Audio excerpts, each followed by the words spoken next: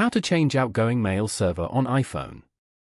To get started, first of all go ahead and open up the Settings application on your phone. Once you're here, scroll down to the end and tap on Apps.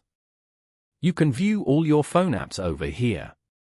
From the list of apps, locate and select the Mail app to access its specific settings.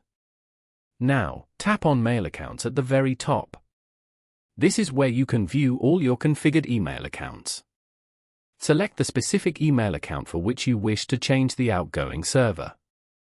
Tap on Account Settings at the bottom as shown to access the advanced options for this particular email account.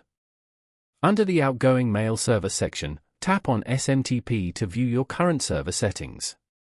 This page shows your primary server and gives you the option to add other SMTP servers. To change it, tap Add Server and enter the new hostname, username, and password.